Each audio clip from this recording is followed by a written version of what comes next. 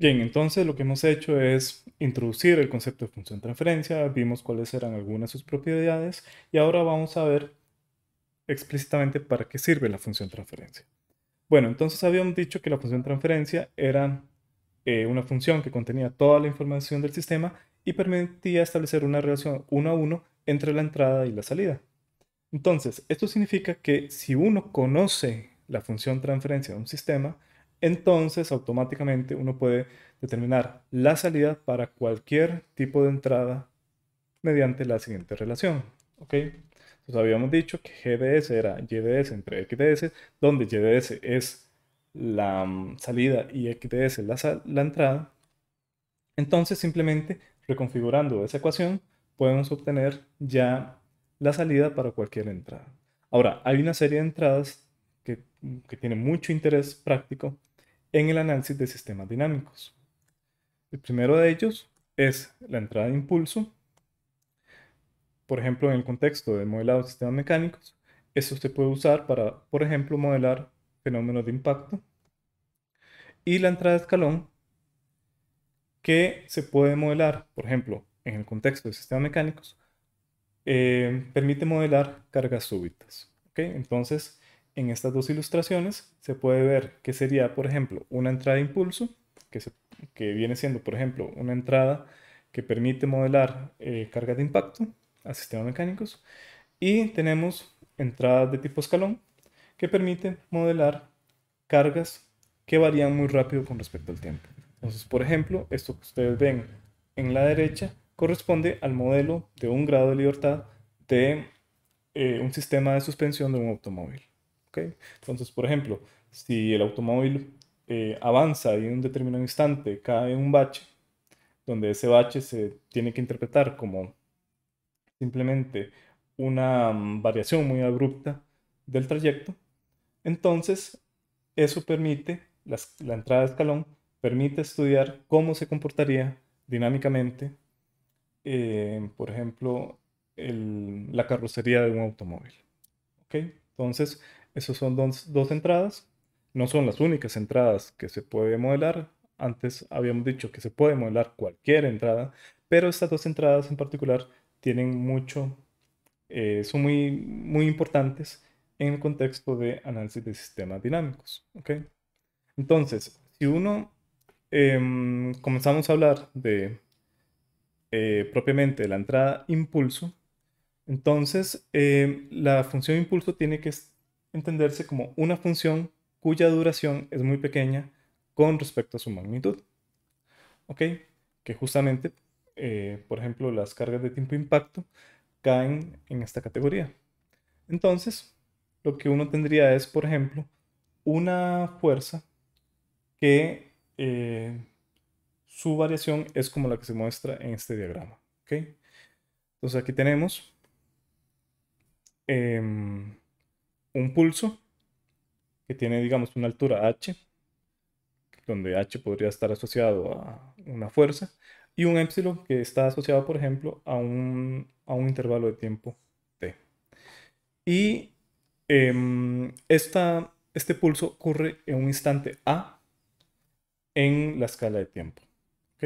Entonces, para que esto sea un impulso unitario, el área que cubre este pulso, es decir, h por épsilon, tiene que ser 1. ¿Ok? Entonces, vamos a ver luego que en el laboratorio que este tipo de carga se puede modelar muy bien usando la función delta de Dirac. ¿Ok? Matemáticamente, la función delta de Dirac se define de la siguiente manera. Se usa la letra griega delta, x menos a, donde esto de x menos a tiene que interpretarse como en el momento en que se acciona ese pulso. ¿Ok? Entonces, x menos a significa que cualquier valor de x que no sea a, la función va a valer 0. Y en el momento en que x valga a, la función va a asignársele un valor infinito, donde pues este infinito no tiene que interpretarse como tal porque estrictamente hablando la función delta de Dirac no es una función matemática como lo es por ejemplo la función seno o coseno, sino que tiene que interpretarse como una distribución. ¿Ok? Y otra característica que tiene la función delta de Dirac es que su área bajo la curva tiene que ser unitaria. ¿Ok? El área de la curva me refiero, digamos, como en este caso, el área de este pulso. Tiene que ser igual a 1. ¿Ok? Entonces, en esta figura, pues aquí se representaría cómo se vería la función delta de Dirac. Esto sería una función delta de Dirac que se acciona en a igual 0. ¿Ok? Y esto permite entonces, como se dijo, modelar entradas tipo impacto, si estamos en un contexto de sistemas mecánicos, y sabiendo la función transferencia del sistema, puedo obtener la salida de esa entrada. ¿Ok? Entonces, si se considera que la entrada del sistema dinámico es un impulso, entonces su correspondiente transformada de Laplace viene siendo igual a 1. ¿Ok? La transformada de Laplace de la función delta Dirac es simplemente 1, y así entonces x de s es igual a 1. En consecuencia, la salida del sistema viene dado por esto. Originalmente aquí estaba x de s, como se discutió antes, pero ya vimos que si la entrada es un delta, la transformada de Laplace del delta Dirac vale 1, y así obtenemos que la salida es justamente la función transferencia. Entonces este resultado indica que físicamente hablando, la función transferencia contiene la información relacionada con la respuesta dinámica del sistema cuando éste está sujeto a una carga de impulso unitario. ¿Ok? Ahora, otro tipo de carga que es importante es la entrada de escalón. ¿Ok? Esta función matemáticamente viene dado por la función Heaviside. La función Heaviside es una función que tiene esta forma, ut-a, donde este a está asociado con el instante en que se acciona el impulso. Entonces, el valor de esta función va a ser 1 si t es mayor que a y 0 si t es menor a a. Entonces, como dije, a viene siendo el instante en que el escalón, entre comillas, se acciona.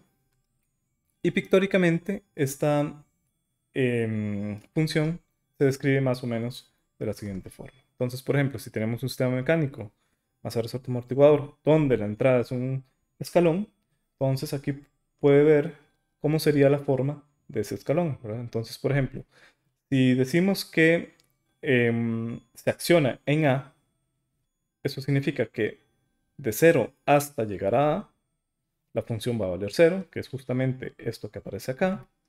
Y justamente en el instante en que t vale a y posterior, la función va a valer 1. ¿Ok? Entonces, este tipo de entradas es muy usado en el análisis de sistemas dinámicos y también en el diseño de sistemas de control. Físicamente, este tipo de entradas permite modelar cargas súbitas. ¿Qué es una carga súbita? Es una carga que se aplica de forma muy rápida.